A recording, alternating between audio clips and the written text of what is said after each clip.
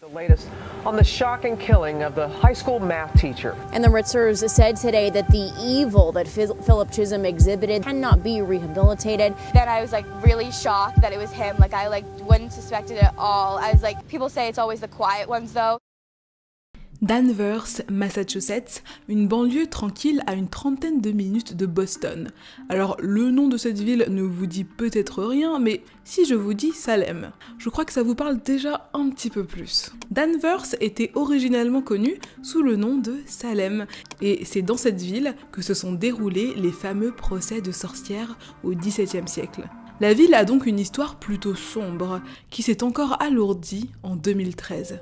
Il nous est tous arrivé de détester un professeur parce qu'il était trop sévère par exemple. Finalement, l'école c'est un peu comme la vie réelle. Chacun a ses raisons pour ne pas aimer un de ses camarades ou un de ses professeurs. Mais ça reste toujours plus ou moins bon enfant. Sauf pour Philip Chisholm. Je vais vous raconter une histoire très sombre. Celle d'un garçon de 14 ans qui, un jour, a décidé de mettre un terrible plan à exécution. Avant de poursuivre, je tiens à remercier HelloFresh de sponsoriser cette vidéo. Comme vous avez pu le constater, j'ai déménagé au début du mois de novembre, ce qui veut dire que je n'ai pas encore de lieu de tournage fixe, que tous mes vêtements sont encore dans des cartons et que mon frigo est désespérément vide. C'est là que HelloFresh est arrivé, un peu comme ma mère, pour me demander si j'avais bien mangé et j'ai bien sûr répondu non. Si vous ne connaissez pas HelloFresh, le principe est simple. Vous vous rendez sur le site et vous sélectionnez votre formule en ligne, le nombre de parts, donc le nombre de personnes, et les plats que vous préférez. Quelques jours après votre commande, vous recevez une box pleine de produits frais ainsi que vos recettes. Pas besoin de faire les courses cette semaine, vous êtes sauvés. Pour les plus feignants d'entre vous, les ingrédients sont prémesurés, donc vous pouvez cuisiner en un clin d'œil et surtout éviter le gaspillage. Si vous me suivez sur Instagram, vous savez que chez moi on est des foodies. De par nos origines, on mange beaucoup congolais, on mange aussi asiatique, mais on adore tester de nouvelles recettes histoire de ne pas tourner en rond. Et avec HelloFresh, on a découvert plein de plats super sympas, super rapides auxquels on n'aurait jamais pensé. Si vous aussi vous voulez tester HelloFresh, cliquez sur le lien qui sera dans la barre d'infos et utilisez mon code LIVEFRESH. Vous pourrez ainsi bénéficier de réductions allant jusqu'à 80 € sur vos 3 premières box. Merci à HelloFresh de sponsoriser cette vidéo.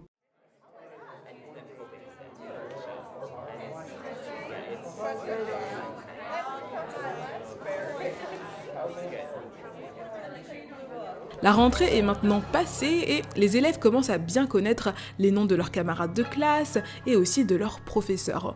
On est loin du stress du début de l'année et chaque élève commence à trouver sa routine. Et en plus, les festivités d'Halloween approchent à grands pas. Comme vous devez le savoir, aux États-Unis, Halloween est un big deal. Les gens prennent un soin monstre à choisir leurs costumes, les villes et les maisons sont décorées, c'est juste incroyable. Et surtout, Halloween marque le début de la saison des fêtes, des festivités aux États-Unis, avec Thanksgiving qui arrive un peu plus tard, et puis Noël, voilà, c'est juste le début de la période magique de la fin de l'année. Et en plus, dans le Massachusetts, l'automne est juste incroyable, vraiment, très belle région où aller en automne si vous voulez y aller en vacances un jour, petit conseil. Colleen Ritzer, 24 ans, est encore une fois très heureuse de se lever ce matin-là, car elle sait qu'elle retrouvera ses élèves adorés. Colleen naît en mai 1989 dans la ville de Lawrence, Massachusetts, à environ 30 minutes de Danvers.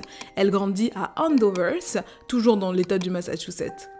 Après avoir obtenu son diplôme du lycée, elle étudie à l'Assumption College, une université, avec pour objectif de devenir professeure de mathématiques.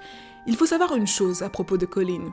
Elle a toujours voulu devenir la maîtresse, le professeur, et ce depuis son plus jeune âge. Après ses études, elle enseigne pendant 1 an au collège Hale, dans la petite ville de Stowe, toujours dans le Massachusetts, toujours dans la même région. Elle adore vraiment cette première expérience, et d'ailleurs tous ses élèves l'apprécient beaucoup. Colleen est vraiment le professeur que tout le monde adore, avec qui les élèves se permettent de blaguer quand ils la croisent dans les couloirs, à qui ils vont demander conseil, et on a tous eu un professeur comme elle qu'on a eu vraiment du mal à quitter à la fin de l'année scolaire. Quand elle trouve un poste plus intéressant au lycée de Danvers, ses élèves sont vraiment dévastés de la voir partir. Mais ce sera pour la jeune femme un nouveau challenge. Elle enseignera les mathématiques à des adolescents plus âgés, et donc elle a vraiment hâte de se lancer dans cette nouvelle aventure. Sa famille est ravie de la voir épanouie dans son métier. Colin est vraiment très proche de ses parents, Peggy et Tom, et de ses 2 frères et sœurs, Laura et Daniel. D'ailleurs, à 24 ans, elle vit toujours chez ses parents. Ensemble, ils vont voir des matchs de hockey, des films, bref, la famille est sacrée chez les Ritzer. Retournons donc au mardi 22 octobre 2013. Cela fait maintenant 2 ans que Colin travaille au lycée de Danvers et autant dire que tout le monde l'adore. Sur Twitter, elle se connecte avec ses élèves, elle leur propose des formules mathématiques à résoudre et elle leur donne quelques conseils. Ce jour-là, le 22 octobre 2013, Colin travaille jusqu'à 14h30 environ, ensuite c'est l'heure de l'aide aux devoirs. Elle doit aider quelques élèves en difficulté à préparer un examen à venir. Ce n'est absolument pas obligatoire, mais elle a juste envie d'aider ses élèves. Ensuite, elle pourra rentrer tranquillement chez elle et retrouver sa famille. Et sa famille est justement bien inquiète quand, à la fin de la journée, Colin n'est toujours pas rentrée. C'est très bizarre car Colin a une routine très précise et elle prévient toujours ses parents de ses changements de plan. Tom, son père, décide de se rendre au lycée. C'est vraiment trop étrange pour lui. Il arpente les couloirs, il se rend jusqu'à sa salle de classe, il questionne tous les gens qu'il croise. « Est-ce que vous avez vu Colin Ritzer? C'est ma fille, oui, elle est professeure ici. On n'a plus de nouvelles depuis le milieu de l'après-midi, c'est quand même très bizarre. » Personne n'a de nouvelles informations à lui apporter. Alors Tom contacte les amis de Colin au cas où elle aurait décidé de les voir après le travail, peut-être d'aller boire un verre. Là encore, aucune trace de sa fille. Mais ce n'est pas le seul parent inquiet. Diana, une habitante de Danvers, ne parvient pas à joindre son fils Philippe. L'adolescent qui a seulement 14 ans devait rentrer à la maison directement après son entraînement de football, mais ce n'est visiblement pas le cas. Et d'ailleurs, à cet entraînement de football, il n'est même pas allé.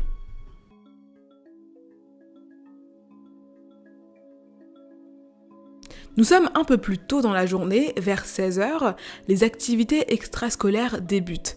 Les entraînements de sport, les clubs de lecture, la chorale, etc. Le coach de football réunit l'équipe, il donne les instructions pour l'entraînement du jour, puis il réalise qu'un de ses joueurs, Philip Chisholm, n'est toujours pas là. Bon, ce n'est pas non plus dramatique, ce n'est pas très choquant, ce sont des choses qui peuvent arriver, mais le coach le remarque car Philip est quand même un de ses meilleurs éléments. Philip Chisholm est un petit nouveau. Il vient de Clarksville, dans le Tennessee. C'est vraiment le garçon calme du fond de la classe, qui n'a pas énormément d'amis, mais il est décrit par ses camarades de classe comme assez gentil, un garçon tout à fait normal. Les parents de Philippe sont en pleine procédure de divorce, d'où le déménagement dans le Massachusetts. Et autant dire que, contrairement à ses 2 sœurs, il vit très très mal ce déménagement. Il a dû quitter son cocon, sa communauté, et en plus de cela, il déteste cette nouvelle ville et ce nouveau lycée où il se sent un peu exclu, un petit peu harcelé. Et Philippe avait une autre raison de regretter son départ de Clarksville, sa petite amie Anna Walker, 14 ans. Les tourtereaux sont devenus amis en 6e année et pendant 1 an rentraient ensemble depuis l'école tous les jours. Elle lui volait son chapeau pour le taquiner et une fois, ils ont dansé sous la pluie après être descendus du bus scolaire. Une histoire d'amour parfaite. À Clarksville, Philippe avait beaucoup d'amis et on le trouvait souvent dans les rues de son quartier, en train de jouer au football, au basket ou de faire du skateboard. Une vie bien différente de celle qu'il avait à Danvers. Alors, puisqu'il n'a pas vraiment d'amis dans le secteur et qu'il ne répond pas au téléphone, Diana est vraiment inquiète.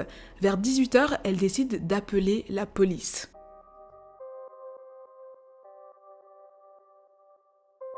Quelques heures plus tard, des recherches sont lancées. 2 disparitions dans le même lycée, le même jour. Pour la police, il y a certainement un lien. L'urgence pour la police est de retrouver Philippe, puisqu'il est mineur, et les enquêteurs récoltent une première piste. Philippe faisait partie des étudiants en difficulté à qui Colin apportait de l'aide après le cours de maths la veille. Les signaux émis par le téléphone de Philippe mènent la police jusqu'au cinéma de Danvers. Ils s'y rendent pour interroger les employés, et l'un de ces employés leur dit « On a bien vu ce garçon, il a acheté une place pour un film de Woody Allen, il l'a vu. Après cela, il a disparu des radars. Mais puisque l'adolescent disait détester sa nouvelle vie, une autre piste se dessine, celle de la fugue. La police décide de repartir à la source, l'école, là où tout a commencé.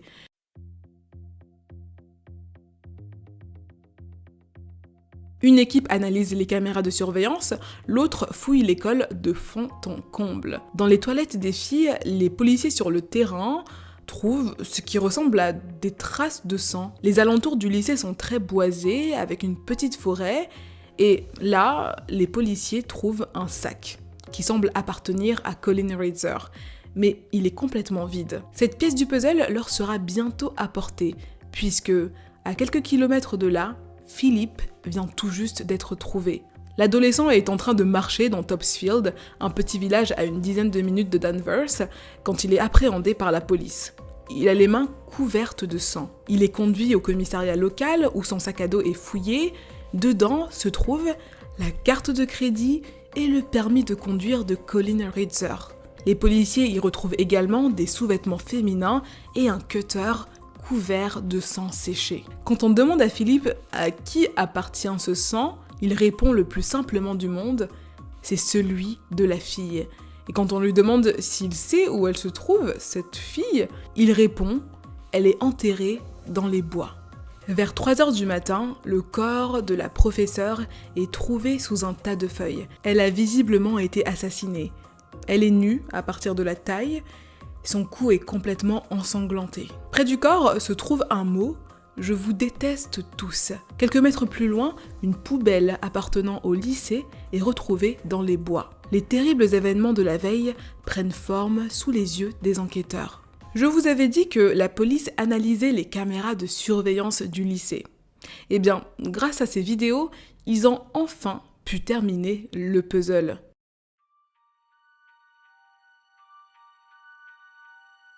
Colin Ritzer aide quelques élèves en difficulté à se préparer pour un contrôle de mathématiques. Un peu avant 15h, elle quitte sa salle de classe pour se rendre jusqu'aux toilettes. Quelques secondes plus tard, un de ses élèves jette un œil dans le couloir, innocemment, comme pour voir où elle se rend. Il rentre dans la salle de classe, puis ressort avec sa capuche sur la tête, un cutter dans la poche et des gants aux mains. Il s'agit de Philip Chisholm. Philippe suit son professeur jusqu'aux toilettes. Il se faufile derrière elle alors qu'elle essaie de fermer la porte. Elle se retourne et elle voit cet élève qu'elle a laissé dans la salle de classe. Elle pense peut-être à une blague. Et là, l'enfer se déchaîne. Colin est violée par son élève de 14 ans dans les toilettes du lycée où elle travaille et personne à l'extérieur des toilettes n'entend rien. Ensuite, Philippe commence à la poignarder. Une fois, puis deux, puis trois, avec assez de force pour lui ébrécher une vertèbre. En tout, elle est poignardée à 16 reprises. Une lycéenne entre brièvement dans les toilettes, elle aperçoit alors les fesses de Colin Ritzer. Elle s'imagine que quelqu'un est en train de se changer dans les toilettes, ou bien que des élèves fricotent, et elle sort immédiatement. Philippe sort de la pièce et change une première fois de vêtements. À 15h14, il traîne une poubelle jusqu'aux toilettes où il place le corps de son prof de maths. Il sort ensuite du lycée avec cette grosse poubelle sans être inquiété ni questionné. Il se dirige vers le bois qui se trouve à côté du lycée et il y dépose le corps de Colin en essayant de la dissimuler sous un tas de feuilles. Mais avant de partir, il viole une nouvelle fois le corps, cette fois à l'aide d'une branche d'arbre. 25 minutes plus tard, il revient au lycée. Il a l'air d'avoir les pieds nus, il se change à nouveau dans ce qui semble être ses vêtements pour le foot.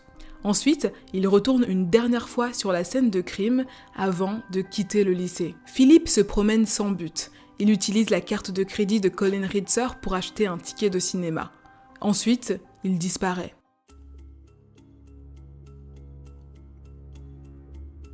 Pourquoi un garçon de 14 ans tue sa professeure ? Un professeur qui adorait tous ses élèves, et Philippe ne faisait pas exception. Ce jour-là, un élève a même entendu Colin complimenter Philippe sur ses talents de dessinateur. D'après Philippe, il serait devenu fou après que son professeur ait évoqué son déménagement du Tennessee. D'après un autre étudiant présent cet après-midi-là, Philippe semblait vraiment énervé et semblait même se parler à lui-même. Mais cette hypothèse ne fait pas sens car ce meurtre était clairement prémédité. D'ailleurs, le matin du 22 octobre 2013, les caméras de surveillance du lycée ont filmé Philippe arrivant à l'école avec plusieurs sacs qu'il a placés dans son casier. Dans ces sacs se trouvaient le cutter, le masque, les gants et les vêtements de rechange utilisés l'après-midi même. Like all of us. I didn't know him like personally like that well, but he was in my English class and he like worked with me in a group and project, and he just seemed like quiet and like reserved, but he seemed normal other than that. He like made jokes still. If you talk to him, he would talk back to you, but he wouldn't really start conversations like often. Did he have friends? He did have friends. He wasn't like too friendly though. He like only like had certain friends. He wasn't like outgoing to everyone. Like in classes, he would only talk to like a select few people, and he was new too, so like he didn't have like the like amount of friends as everyone else. Then I was like really shocked that it was him. Like I like wouldn't suspect it at all. I was like people say it's always the quiet ones though, so like maybe that's why like it like could have been like if he had like troubles at home or something, but he was nice, so I didn't like suspect it that much. Un crush sur son professeur. C'était bien sûr une enseignante très sympathique, accessible, et il est possible qu'il se soit complètement mépris sur la nature de leur relation. Elle l'avait certainement repoussé ses avances. Et si cette conversation avait eu lieu le mardi soir, cela aurait pu le mettre suffisamment en colère pour motiver l'attaque. Selon l'avocate de Philippe, son client était en pleine crise au moment de l'attaque. Philippe souffrait apparemment d'un trouble psychotique depuis l'âge de 10 ans. Alors qu'il était en détention provisoire, en attente de son procès, les médecins avaient réalisé qu'il ne parlait pas sans qu'on ne lui pose de questions directes. Un diagnostic est donc posé, Philippe souffre de dépression majeure et de psychose. Mais retournement de situation lors du procès, selon le témoignage du docteur Nancy Haben, l'adolescent aurait feint certains symptômes et répondu faussement aux questions de plusieurs tests psychologiques. Alors qu'il se trouvait dans un centre de détention pour mineurs, en attendant son procès, Philippe a prouvé une nouvelle fois qu'il avait des tendances à la violence. Même scénario que lors du premier drame. Il suit une gardienne jusqu'à un vestiaire, l'étrangle, alors qu'elle crie à l'aide, il commence à la frapper. Heureusement, d'autres gardes sont arrivés et il n'a pas pu mettre son plan à exécution. À cause de l'horreur de son crime, Philippe est jugé comme un adulte.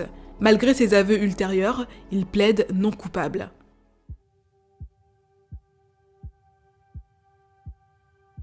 One of the last things Colleen Ritzer ever heard was a glowing compliment from one of her freshman students. I was just telling her how she was such a nice person. Le 28 octobre 2013, des centaines d'habitants de Danvers se rassemblent autour de l'église Saint-Augustine d'Andover. Ils sont là pour assister à l'enterrement de Colleen Ritzer. Un cortège impressionnant de policiers mène le corbillard jusqu'au cimetière de Spring Grove, où elle sera enterrée. Lors de la veillée en son honneur, beaucoup portaient des sweatshirts ou des t-shirts roses en hommage à la professeure disparue. Le rose était sa couleur préférée. Cette perte immense est ressentie par l'ensemble de la communauté. She was energetic and compassionate. You couldn't ask for anything more from a teacher or a friend. She cared about every single student and put in many hours after school every day, always thinking about how she could be better and better help students. She was truly a beautiful person. Was I? Oh, shocked. I still think I'm in shock. I can't believe that anything could happen, never mind to someone as wonderful and young as her. Le 26 février 2016, Philip Chisholm a été condamné à purger au moins 40 ans de prison. Le plus étonnant dans cette histoire est que rien ne pouvait laisser présager ce crime. Vraiment rien. Et tout cela reste un grand mystère. Qu'avez-vous pensé de cette histoire ? Si vous avez aimé la vidéo, n'hésitez pas à mettre un petit pouce en l'air. N'hésitez pas également à vous abonner à la chaîne si ce n'est pas déjà fait. Et moi, je vous retrouve très très bientôt pour une nouvelle vidéo.